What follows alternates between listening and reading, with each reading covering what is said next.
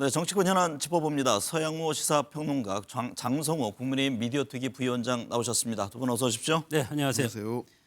서양호 평론가님, 설 연휴 첫날에도 이재명 대통령 부동산 관련 메시지를 SNS에 올렸습니다. 집 팔라고 강요하지 않는다. 부동산 정상화를 추구할 뿐이다라고 강조했는데요. 부동산 겁박을 멈춰라는 국민의힘 주장에 대해서 정부의 정책 방향성이 분명하다 이런 점을 밝힌 것으로 보입니다. 네, 대통령의 SNS가 뜨겁습니다. 아마 대통령은 정권의 초기부터 실수요자를 보호하고 투기를 차단하고 공공주도 공급을 통해서 부동산 시장을 안정화시켜 집값을 반드시 잡겠다. 이 정책을 분명히 한 것 같고 아마 직접 SNS에 소통하면서 이 국정 드라이브를 본인이 끌고 가겠다고 하는 것 같습니다. 여기에 야당이 상당히 부담을 느꼈는지 대통령이 집주인들을 겁박해서 집을 내놓게 하려고 한다는데 대통령의 의미는 집을 가지고 있는 그 소유자들을 겁박하는 것이 아니라 잘 아시겠지만 부동산을 소유했으면 다주택자이든 누구든 간에 그 소유에 대한 세금을 내는 즉 책임을 다하라는 이야기일 뿐이지 집 소유 자체를 불온시하는 건 아닙니다. 야당이 아마 그런 쪽을 공세를 해서 마치 집을 가진 것 자체를 불온시하는 게 아니라고 공세를 피는 것 같고요. 제가 지금 서울에 산 지가 50여 년이 넘었는데 네. 대학 졸업하고 국회 보좌관을 하고 청와대 국장을 하고 구청장을 역임했는데도 불구하고 아직 내 집을 못 갖고 있습니다. 제가 이럴진데 보통의 서민들은 오죽하겠습니까? 이번 기회에 반드시 대통령이 집값을 잡겠다는 것 지켜주시기 바라고요. 그동안 경기가 안 좋다, 선거가 다가온다 이럴 때마다 집값 안정화를 다 포기했거든요. 이번만큼은 반드시 집값 안정화 무엇과도 양보하지 말고 끝까지 지켜나갈 수 있기를 바라보면서 아마 그런 의지로 설 연휴에 SNS 올리지 않았나 생각이 듭니다. 장성호 부위원장님, 이 네. 대통령은 정상화된 부동산 체제에서 경제적 손실을 감수하면서 집을 여러 채 소유해도 괜찮다. 방금 이제 서평론가님 말씀하셨습니다만 손해를 감수할지 아니면 더 나은 선택을 할지 이건 각각의 자유다 이런 점도 밝혔는데요. 어떻게 들으셨습니까?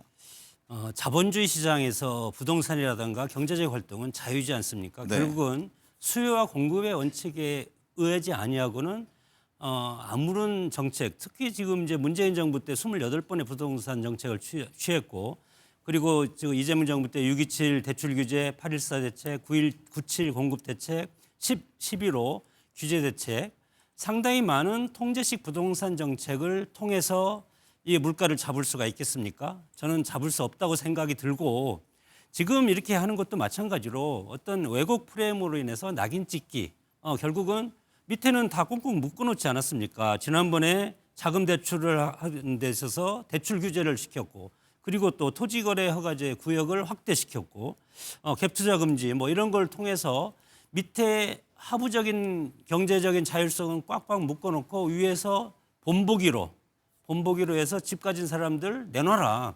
그렇게 하는 것은 앞뒤가 맞지 않는 거기 때문에 네.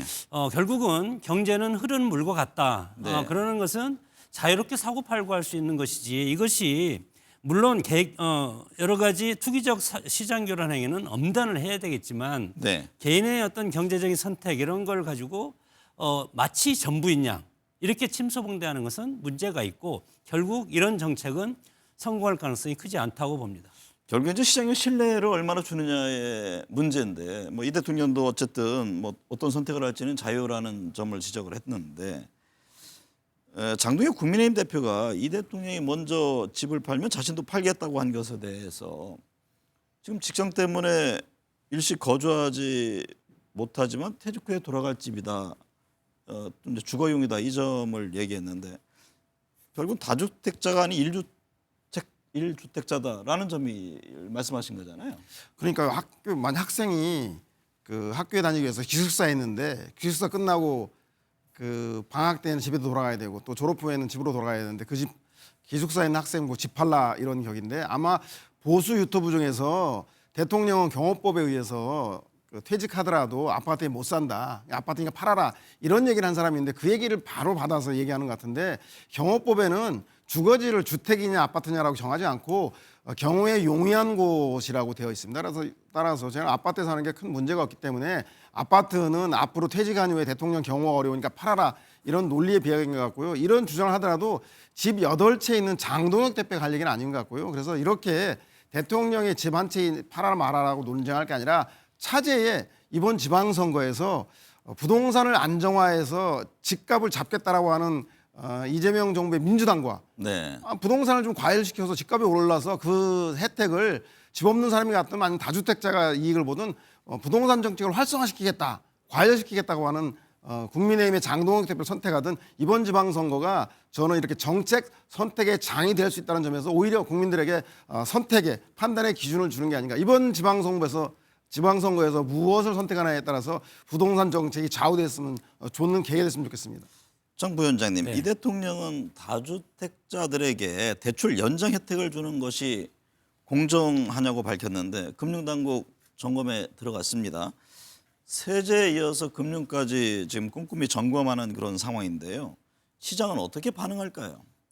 글쎄요. 만약에 제가 반포에 집이 있는데 30억이다. 그러면 두 채를 가지고 있다. 그러면 제가 반포 30억짜리를 내놓고 그러면 그것이 소위 말해서 청년 신혼부부 서민들한테 이 집이 돌아가겠습니까?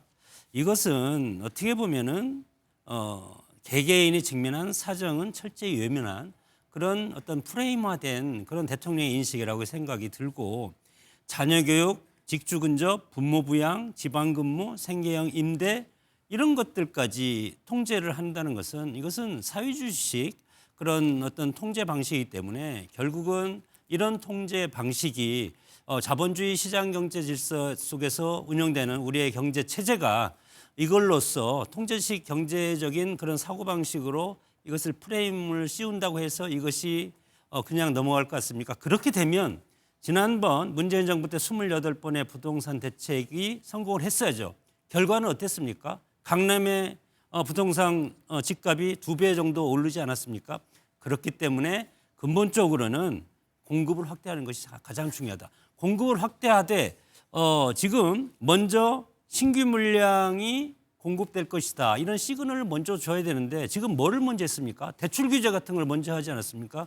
그러면 집 없는 청년들은 어디 가서 돈을 그러면 이 돈을 어디 가서 벌어서 이 집을 살 수가 있겠습니까? 그렇기 네. 때문에 앞뒤가 맞지 않는 이런 정책은 성공할 수가 없다고 봅니다.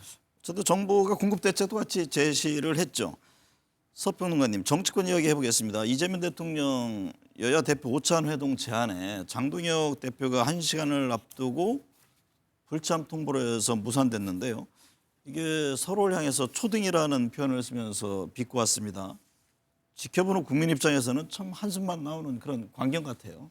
여야당 대표가 책임 공방으로 이제 초딩 같다란 공방을 주고받았는데 저는 뭐 초딩 공방 이전에 엄밀하게 저는 이번에는 장동혁 국민의힘 대표가 잘못됐다 생각이 듭니다. 우리가 사람 만나면 밥은 먹고 다니냐, 식사하셨습니까, 밥 한 끼 하자 이렇게 한 얘기가 뭐냐면 대화하고 소통하자라고 하는 그 제안을 했고 수용을 했는데 당리당략적인 문제로 일방적으로 거절한 문제에 대해서는 저는 장동혁 대표가 분명히 책임이 있다는 생각이 듭니다. 그런데 초딩 논란 이전에 핵심적으로 장동혁 대표가 거절한 그 핵심 그 사항이 악법이라고 했는데 악법이 소위 말해서 법원 개혁 관련된 3가지 법입니다. 법 왜곡죄, 대법관 증원 그리고 재판 소원 그 법인데 이 3가지 법 중에서 저는 하나만 보더라도 법 왜곡죄 같은 경우는 아니 검사나 공무원들은 직권남용으로 처벌을 할 수 있는데 재판관은 치해법관입니다. 아무런 규제할 수단이 없습니다. 따라서 지금 논란이 되고 있는 법 문제에 대해서 초딩만이라고 다툴 게 아니라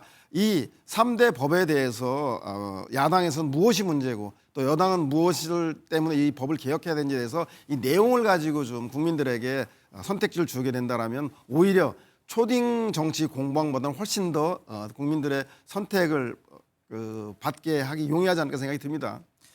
민주당과 조국혁신당과의 합당이 지방선거 이후로 미뤄졌습니다. 20여일간 민주당 당내 그리고 또 지지자들 간의 공방이 치열했는데요.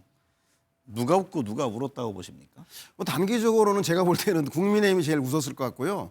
그리고 조국혁신당이나 민주당이 울었을 것 같습니다. 잘 아시다시피 민주당은 이번 일을 통해서 통합과 합당이라고 하는 리더십에 상당한 손실을 봤고 그리고 지지층과 중도층에게 불안한 감을 주면서 오히려 당 지지율에 대해서 더 끌어올리지 못한 결과를 낳았고요. 아마 보수층은 이런 그 여당의 분열상을 보면서 속으로 웃지 않았나 생각이 들고요. 하지만 장기적으로는 이번 합당 논란을 통해서 이미 민주당과 조국혁신당 내에는 합당은 이미 기정사실화되어 있다는 걸 받아들인 네. 것 같고 향후 총선을 앞두고 합당을 할 때 절차와 제도를 잘 지켜서 총선을 앞둔 합당 때에는 이런 잡음이 없이 오히려 신속하게 진행된다고 한다면 여당으로서 범민주 진영들을 통합하는데 훨씬 더 소위 말해서 그 교훈이 되는 그런 통합 과정이 아니냐 생각이 듭니다. 선거에서 이번 지방선거에서 연대의 모습 보이겠죠? 네, 예, 아마 통합 합당은 되지 않았지만 케이스 바이 케이스대로 범여권이 단일화해야지만 야당을 이길 수 있는 지역, 수도권이라던가 부산이라던가 이런 몇몇 곳들에 대해서는 부분적으로 아마 단일화라던가 연대 연합을 이루어낼 것이라 생각이 듭니다. 장 부위원장님, 네. 정청래, 김민석, 조국 세 사람의 미래에 대한 얘기들이 벌써부터 나옵니다. 적절한 표현인지는 모르겠습니다만 권력 삼국지 얘기까지 나오던데요. 아무튼 이번 합당 논란 과정에서 더욱 격화됐다는 분석입니다.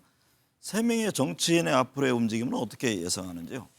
역사를 보더라도 권력이 커지면 나눠질 수밖에 없는 것이 현실이고 지금 민주당이 지금 미래를 향해서 친명, 친문 뭐 이런 식으로 해서 그리고 친청 이런 식으로 해서 권력 다툼을 벌이는 것은 상당히 권력이 오만해졌다. 지금 1년 정도밖에 되지 않지 않았습니까? 아직 1년도 안 됐습니다. 이재명 정부 출범한 지.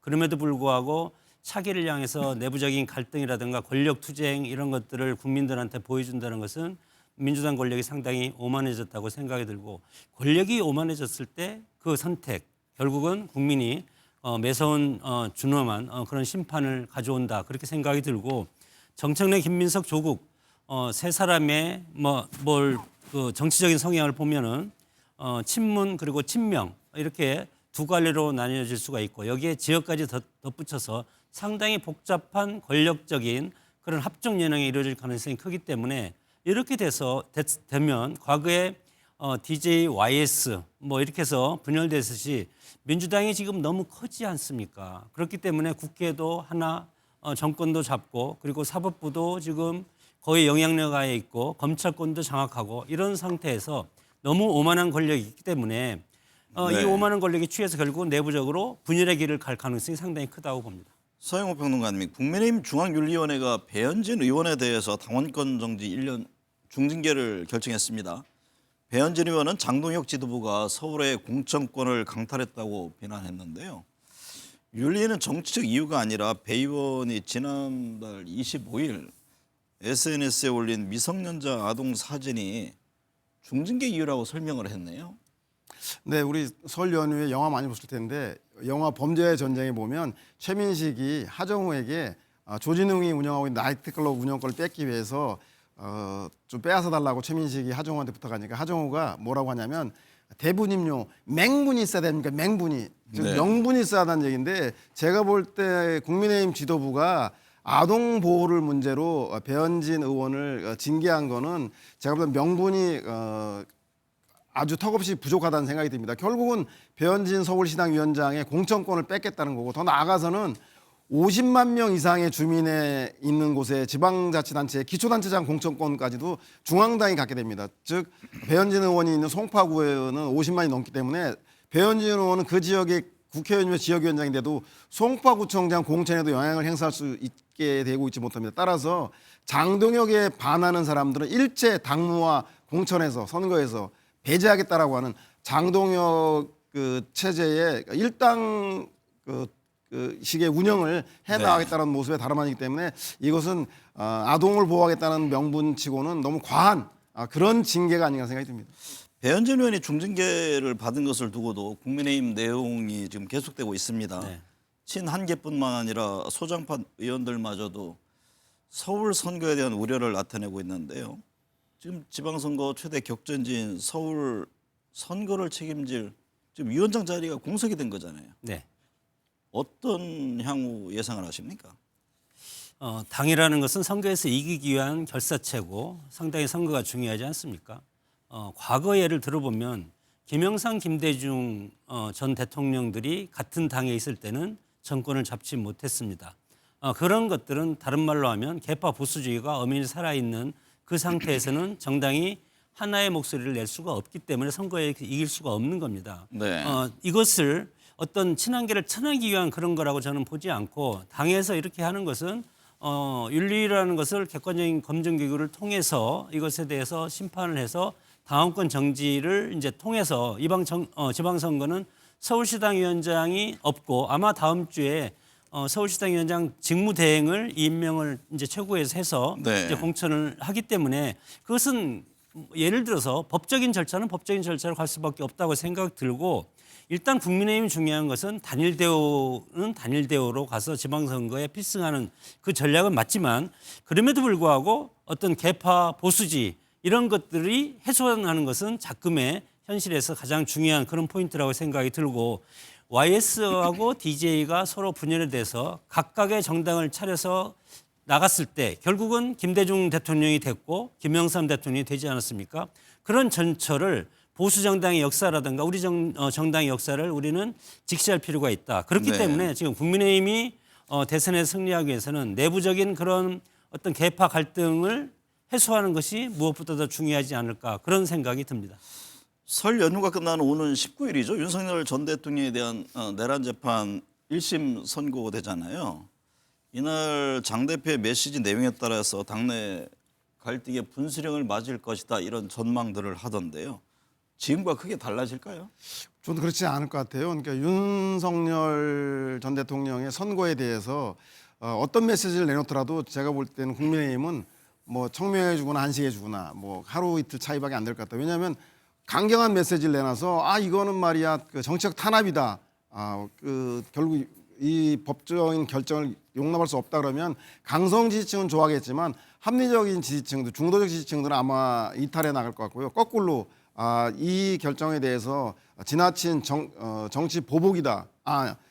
이 재판은 합리적으로 승복하겠다. 우리 내란의 양을 넘어서 민생을 챙기겠다. 이렇게 합리적인 논평을 낸다면 또다시 당내에 있는 극우 지지 세력들이 이탈할 가능성이 매우 높습니다. 따라서 장동혁 지도부가 처음부터 빌드업을 하지 않고 극우 편향적인 노선을 걸었기 때문에 제가 볼 때는 아마 윤석열 전 대통령의 선거에 대해서 어떤 결정이 나더라도 어떤 메시지를 내놓더라도 아마 당내의 강경파든 합리적인 온건파든 두 쪽 다 만족시키긴 상당히 어려운 지경에 있는 것이 아닌가 생각이 듭니다. 이번 지방선거의 주요 변수 중 하나는 행정통합이잖아요. 네. 대전, 충남 지역이 어떻게 될지도 관심인데요. 국민의힘은 지금 다른 지역은 찬성하는데 유독 대전, 충남 통합에는 반대하는 입장으로 지금 보여지는데 어떤 이유일까요? 통합이라는 것은 상당히 좋습니다. 정치의 목적이 통합이고 그리고 미래 비전 방향이지 않습니까? 그럼에도 불구하고 왜 충청, 대전, 충남 도민들이 이거에 대해서 반대를 하고 나섰을까? 물론 통합이라는 것은 대전의 이익, 그리고 대한국민의 이익, 그리고 시민의 이익 이런 것을 선택하는 아주 합리적인 방안이 있어야 되는데 그 절차적인 방안이라든가 과정이 빠졌다는 겁니다. 그렇기 때문에 속도전이 필요한 것이 아니고 시민 동의가 상당히 필요한데 그런 것들이 이제 안 된 것이고 그리고 재정의 불확실성이 상당히 크지 않습니까? 네.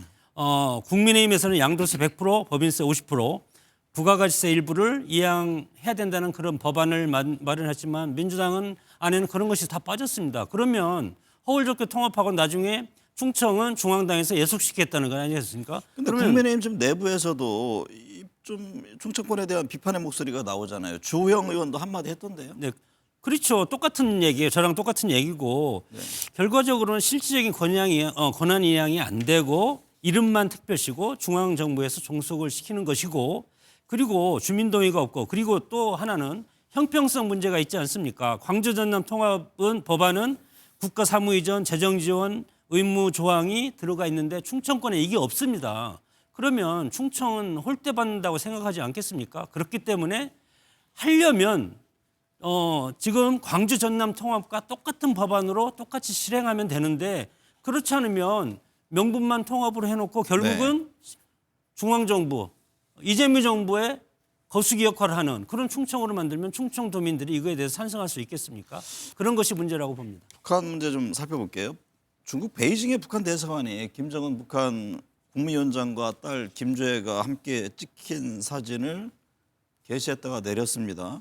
이게 국가정보원이 김주애를 뭐 후계 내정 단계로 판단을 짓고 벌어진 일이어서 배경에 관심이 쏠리고 있는데요. 또 이달 하순에 노동당 9차 당대 있지 않습니까?